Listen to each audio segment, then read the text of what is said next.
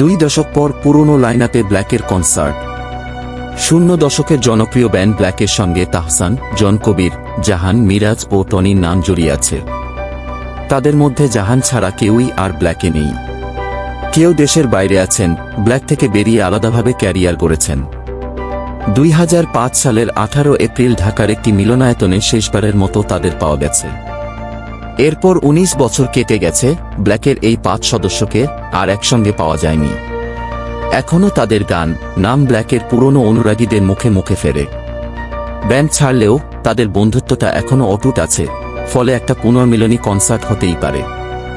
ব্ল্যাকের 25 বছর পূর্তিতে পঞ্চপাণ্ডবকে ফেরানোর ঘোষণা দিয়েছে ব্ল্যাক। কয়েকদিন ধরেই গুঞ্জনটা ছড়িয়েছিল, একটিও ভিডিওতে তেমনটাই ইঙ্গিত দিয়েছিলেন তাহসান, জন কবির, জাহান, মিরাজ ও টনি। ব্ল্যাকের অনুরাগীদের জন্য সুখবর মিলেছে। আগামী 10 May rock and rhythm 4.0 resurrection of Black কনসার্টে হাজির হবেন তাহসান, জন কবির, জাহান, মিরাজ ও টনি। কনসার্টে অংশ নিতে কানাডা থেকে উড়ে আসবেন টনি। কনসার্ট শেষে কানাডায় পাড়ি দেবেন তিনি। জাহান প্রথম আলোকে জানান, বেশ কিছুদিন ধরেই ব্ল্যাকের পুরনো লাইনআপ নিয়ে কনসার্টের পরিকল্পনা করছিলেন তারা।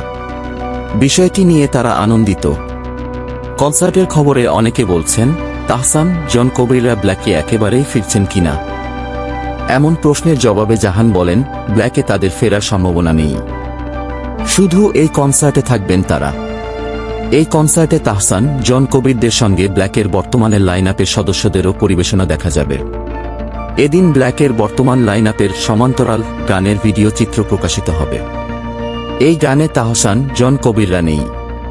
পাশাপাশি কনসার্টের দিন ব্ল্যাকের অফিসিয়াল ওয়েবসাইটও উন্মুক্ত করা হবে। 1999 সালে জন কবির, জাহান ও টনির হাত ধরে গঠিত হয় ব্যান্ডটি। পরে মিরাজ ও তাহসান যোগ দেন। 2002 সালে ব্যান্ডটির প্রথম অ্যালবাম আমার পৃথিবী প্রকাশিত হয়। 2003 সালে আসে উৎসবের পরে।